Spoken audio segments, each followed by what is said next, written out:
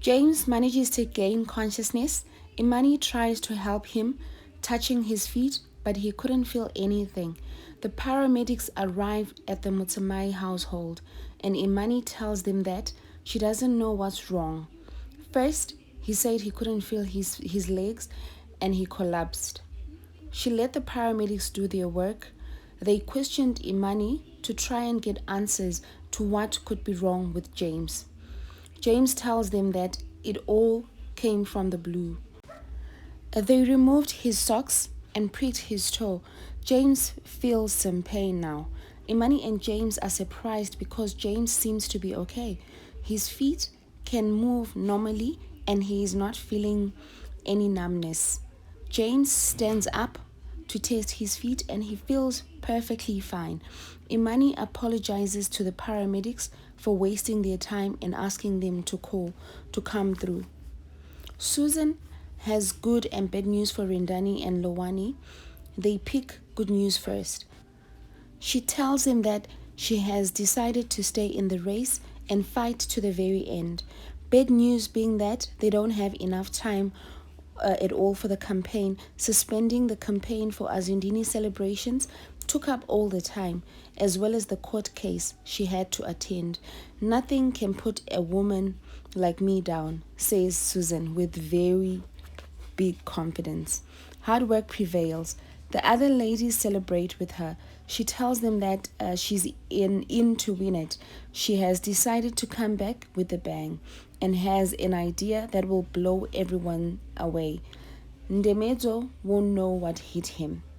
Itseng tells Imani that what happened last night was hectic. Something is going on with James. Lesedi was shaken by it and James had to spend the night with him.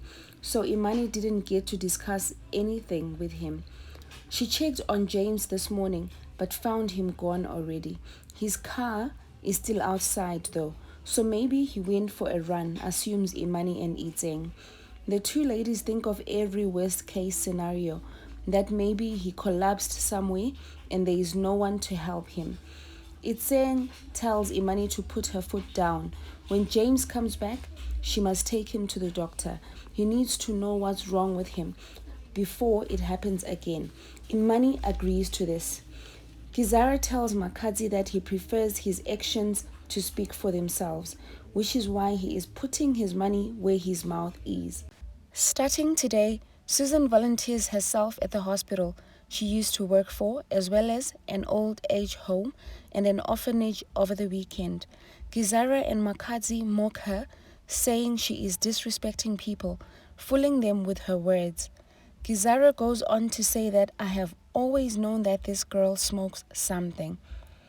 Susan tells the people on air that even if she loses, she will continue to serve the people through her volunteer work because she is their servant and nothing will change that. Kizara and Makadzi blame the chief Azindini for letting Susan get away with all of this. Mpo, Zama, Buchilo, and Zama's best friend Reggie, whom everyone on the table thinks is her boyfriend. Mpo cannot believe that representatives from July Fashion Week want to talk to Zama. Dreams do come true, says Zama. It's the pose for me, so sexy, so regal, so smooth. The whole collection comes alive, thanks to Buchilo. She says this giving Buchilo a wink. It's the confidence and those cheeks for me, Zama adds. Mpo commends Buchilo and tells him that he is a star. Zama won't stop commending him. That turn, sharp and precise, she adds. Zama's friend finally speaks, with jealousy written all over his face. Buchilo also looks good because I take good photos. He tries very hard to discredit Buchilo until Buchilo puts a stop to it. They all laugh at him. Kizara meets his alibi and accuses him of slagging behind. Susan is leading the race. She is everywhere on radio, newspaper, yet his alibi is nowhere. He only thinks of exposing Susan. Kizara tells him to make up something. In politics, lies are used if necessary. His alibi refuses at first but changes his mind later. Zama and her team head home together after their meeting. Talks are still on Buchilo and how he is giving the collection life effortlessly. They are all excited about the July Fashion Week. Buchilo and Mr. Photographer Reggie are at each other's throats. Mpo calls Zama upstairs, leaving Reggie and Buchilo alone downstairs. Reggie gets a chance to threaten Buchilo. He calls her Mr. Skinny Guy. Zama is mine forever, he tells him. Stay away from my girl. The ladies upstairs also gossip a little. Mpo tells Zama that Reggie is such a character. Zama is in agreement and confirms that they're only friends. Sounds like he is into you, Zama. Mpo comments. Zama says no, he is only just my male bestie. Business and pleasure should never mix actually. It always ends in tears. Zama says she is not even interested. The hospital workers complain that they seem to have attracted more people because of Susan's presence. I can't even attend to my regular patients. One patient requests to take a picture with Susan. She refuses, but Lowani convinces Susan to take the picture anyway. Gizara's alibi in Demeto walks in as they're taking the picture.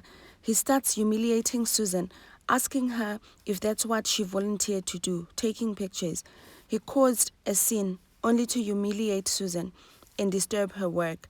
Susan and Rendani just looked at him in silence until Rendani stopped him and asked him if they can get back to work.